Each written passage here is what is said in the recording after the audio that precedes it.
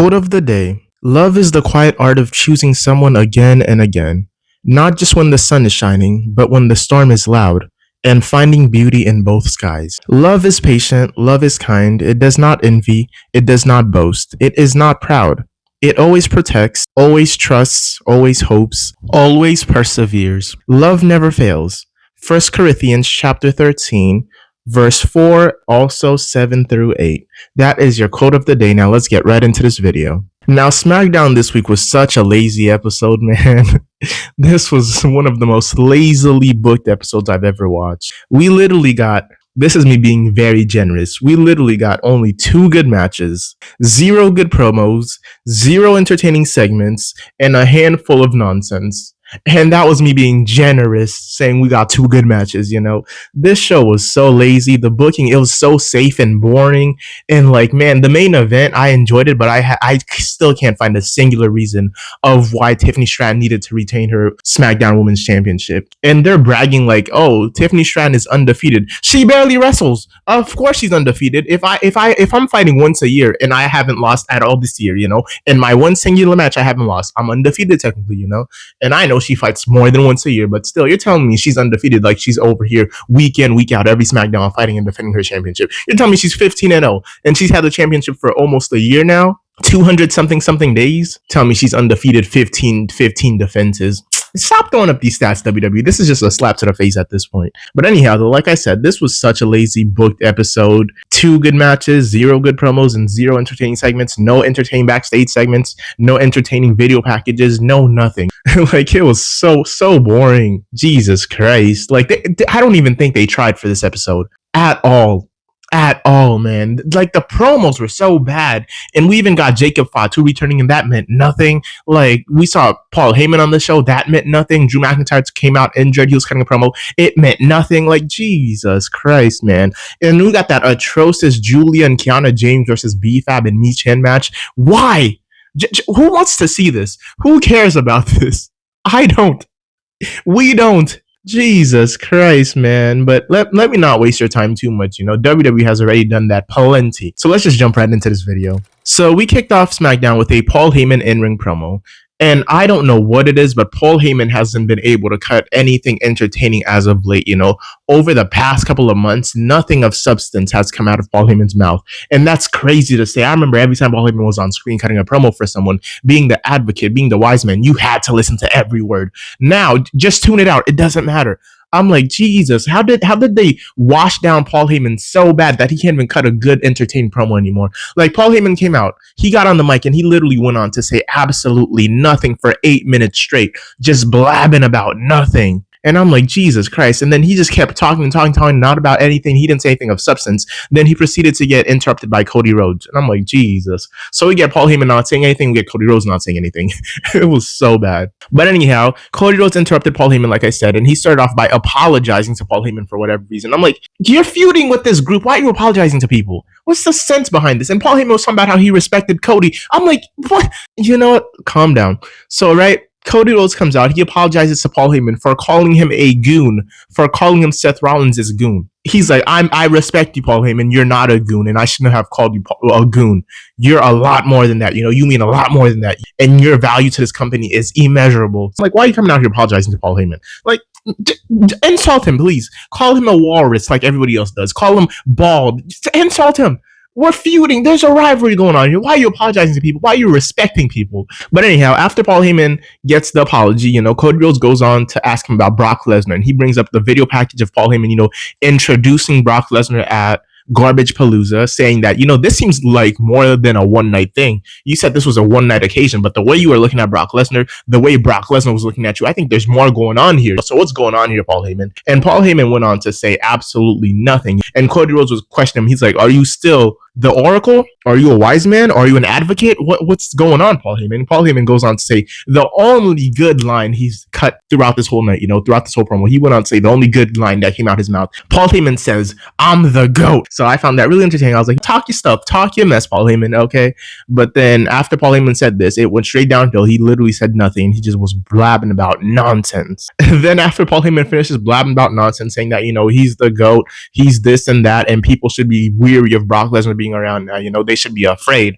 But tonight, Brock Lesnar's not the third you have to worry about. It's the Braun Browns. And out of nowhere, the Braun Browns come out and they end up jumping and beating down Cody Rhodes. And for whatever reason, Cody Rhodes' guardian angel, I guess, his security team at this point, Randy Orton, comes out to his aid once again. And I'm like, punt kick Cody's head off, please. Let's get something new, something different. I'm like, why is Randy Orton consistently running out to the aid of Cody Rhodes? I'm like, don't you want a championship as well? Like, does this mean nothing to you?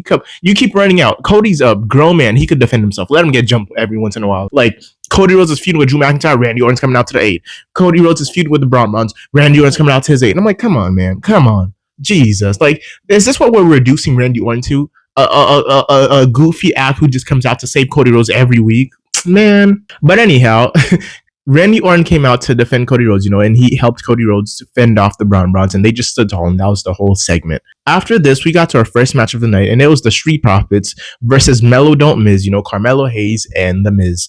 And this was a number one contenders tag team championship match. So, the winner gets to face the White Six for the tag team championship at Crown Jewels, I believe. I'm assuming anyway. Now, this match, it wasn't terrible. We've seen better from both of these teams, but it was a decent match, we had a lot of questions in the air, which made this match a little bit more interesting. We had the question of, can the Street Profits still work together? Are they still boys? Are they still a team? And then we had the question of, will Miz turn on Carmelo Hayes? Will Carmelo Hayes turn on The Miz? So, that kind of made it, those aspects made it a little bit more interesting. But like I said, this match was decent. The in-ring action was decent. Nothing crazy, nothing memorable, nothing worth going back to rewatch, but it was decent. But at the end of the match, due to miscommunication between The Miz and Carmelo Hayes literally stood outside the ring. Well, he was going to get in the ring, and he was halfway in the ring, and he just laid there watching The Miz get beat down, and he watched The Miz get pinned, and he did absolutely nothing.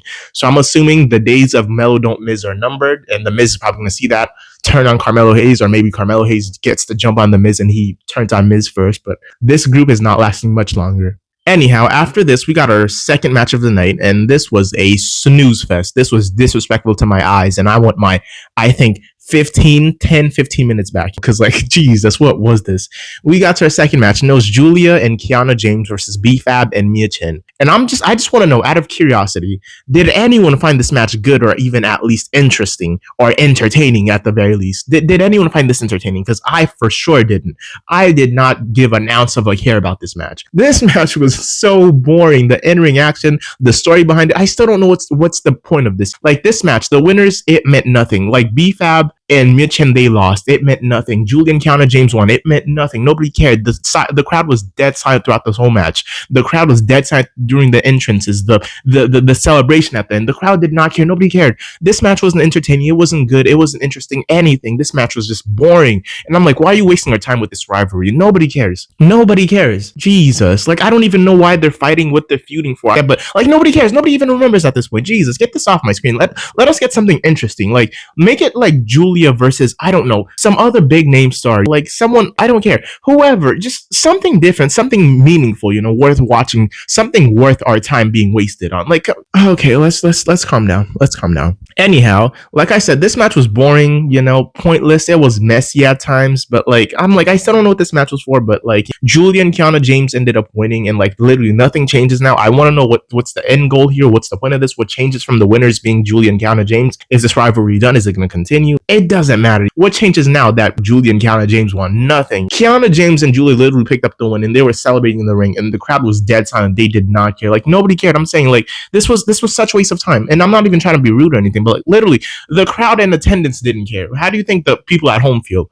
The people who paid their hard-earned money to go watch it in person did not care. And you think the people at home are supposed to be over the moon ecstatic about this nonsense? It was such a boring match. It wasn't even a good match at that. It's a waste of time, man. But we're going to move on. After this, we got a Drew McIntyre in-ring promo. And Drew McIntyre actually came out limping to the ring with a boot on his foot. His foot is injured from Claymore kicking the announcement table at Garbage Palooza. So he has an injured foot. So he was just limping out to the ring. So Drew McIntyre basically gets in the ring, and he says he would be champion right now if it wasn't for Cody Rhodes. And I'm over here you don't say. okay, that was your opponent. I would assume you'd be champion if it wasn't for Cody Rhodes. What are you talking about? But anyhow, he says, I would be champion right now if it wasn't for Cody Rhodes. And Drew McIntyre went on to rightfully blame and accuse the biased, corrupted referees. He was questioning the referees, asking, do the referees work for Cody Rhodes or do they work for WWE? Because why are they stopping me in the match from Claymore kicking Cody Rhodes' head off, but they're not stopping Cody Rhodes from doing what he's doing? Why is the referee getting in my way? Why is he counting slow when I'm pinning him? Like, is the referee working for WWE or Cody Rhodes? What's going on here? So he blamed the corrupted referees. He blamed them for being biased. He blamed them for being on Cody Rhodes' side. So I'm not even mad at it because that's literally true. Like, it made no sense. And then after this, we got Nick Aldis coming out and just spewing straight nonsense. Nick Aldis came out and he said absolutely nothing. He was defending the referees, saying that the referees didn't do anything wrong. I'm like, have you watched the match? Were you even at Garbage Palooza? Were we watching the same thing? And he was saying, the referee's decision is final. The referee made the good call. I'm like, what are you talking about? It was a match. And you're telling me the referee's preventing one competitor from attacking the other? Where do they do this at? But anyhow, Nick Aldis came out and he was spewing nonsense, and that was that. And then after this happens, while Drew McIntyre is still in the ring, he's still mad, he's still irate, he's still fuming. We get a return from the Samoan werewolf, Jacob Fatu. So Jacob Fatu comes out and he tells Drew McIntyre to shut up, stop complaining. You do this every week, Drew. You come out, you complain, you moan, you complain. And that's what you do every week. Shut up, we're tired of this. And Drew McIntyre tells Fatu, who the hell do you think you're talking to? Do you know who I am? I'm Drew McIntyre. And if I weren't injured, and Jacob Fatu jumps in and he's like, if you weren't injured, you would what? What would you do if you weren't injured, Drew McIntyre? What would you do if your foot wasn't injured? You must have forgotten who I am, because I'm all gas, no brakes with it. Yada mean. And out of nowhere, he gets headbutted by Drew McIntyre, and Fatu fights back. He super kicks Drew McIntyre and he leaves Drew McIntyre absolutely laid out. And that was the segment. And that was the only,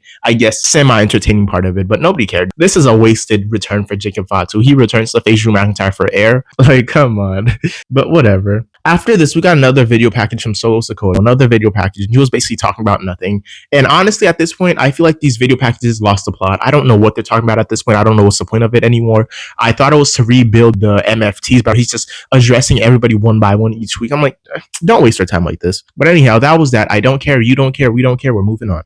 After this, we got our, I believe, third match of the night, and it was Sami Zayn versus the young OG, Javon Evans from NXT. That boy's bouncy. So this was literally one of the two good matches we got tonight. One of the two watchable matches we got tonight. And Javon Evans, as always, was incredible in the ring. The audience absolutely loved him. They were so excited. They were so hyped throughout this whole entire match, seeing him do the high flying moves, his crazy spots. It was so fun. And I'm so happy that Javon Evans finally got the chance to really show off his moveset, show off his talent, show off his skills, really make the crowd fall in love with him. Because this kid is so talented. Really happy he got this opportunity to face off against Sami Zayn in the Open Challenge. Anyhow, at the end of the match, Sami Zayn ended up picking up the win by hitting a haluva kick on Javon Evans, followed by a blue thunderbomb for the win. And that was that. Javon Evans did lose, but I'm happy he got the opportunity. After this, we got a backstage segment where Aleister Black basically attacked Damian Priest for the 50th time. And he just hit Damian Priest with a black mask, and he left Damian Priest laid out. And he was basically like, I forgot, it's your birthday. Happy birthday, Damian Priest. After he hits him with a black mask. And that was that. Nobody cares. We're moving on. After this, we finally made it to our main event, and it was the Smackdown Women's Championship triple threat match. It was Tiffany time! Tiffany Stratton versus Nia Jax versus The Storm, Jade Cargill. Anyhow, this was a really entertaining match, and I honestly enjoyed it from start to finish. My only issue with this match was literally the winner of the match, the outcome of it, because I like I said at the beginning of the video, I still can't find a singular reason as to why Tiffany Stratton needed to retain. She hasn't done anything of value with the championship throughout her whole reign, anything too entertaining. I don't know why she needed to retain. She did not need to win the championship. She did not need to keep holding it. Like, she's not doing anything with it. I don't know any, I can't name you 3 good rivalries she's had while holding it for almost a year at this point. And you're having her retain for what? Man, I wanted something different. And I'm telling you, this was such a big missed opportunity. This would have been a star-making moment for Jade Cargill if she had won it in this match. She was busted up and everything, blood falling down her face. She looked dominant throughout this match. She looked amazing. All 3 women looked good, but Jade Cargill really stood out. And this would have been such a big star-making moment for her. I don't know why she couldn't pick up the win here. You're telling me she basically lost to Tiffany Stratton 3 times in a row, and you want us to believe that the 4th time is going to be the time where she wins it, and it's going to be still the same value? People won't care at this point. How you have them losing 3 times back to back, and you're probably going to run it back 2 times more? Whatever, man. They're going to run this back again, and they're going to expect people to have the same hype, the same excitement. You've disappointed us literally 3 or 4 times at this point. You want us to still be excited about this feud? Man, this should have been the final match where Jade Cargill finally picked up her win. She deserves it, and she was amazing in this match. Like I said, Tiffany Stratton absolutely did not need to retain.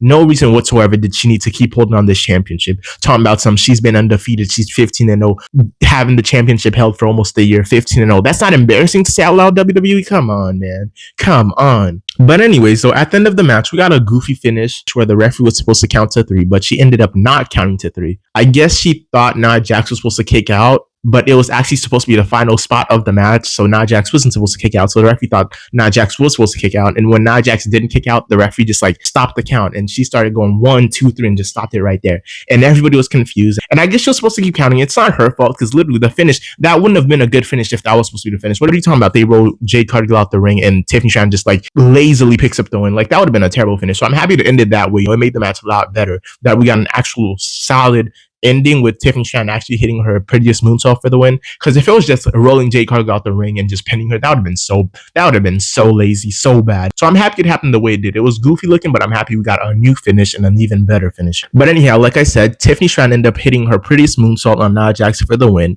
1, 2, 3, and she retains. And now at Crown Jewels, we're getting champion versus champion, Stephanie Vaquer versus Tiffany Stratton. And I guess it's for air or the Crown Jewels Championship. I don't know.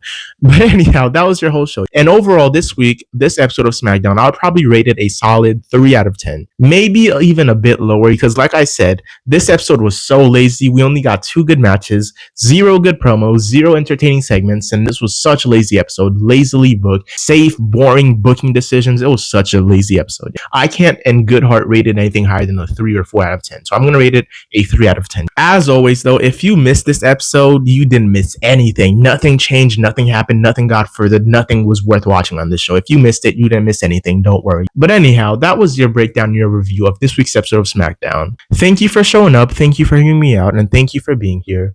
Like, comment, and subscribe if you want to. Like, comment, and subscribe if you'd like to, and like, comment, and subscribe if you choose to. As always, it's been a pleasure. I'm out.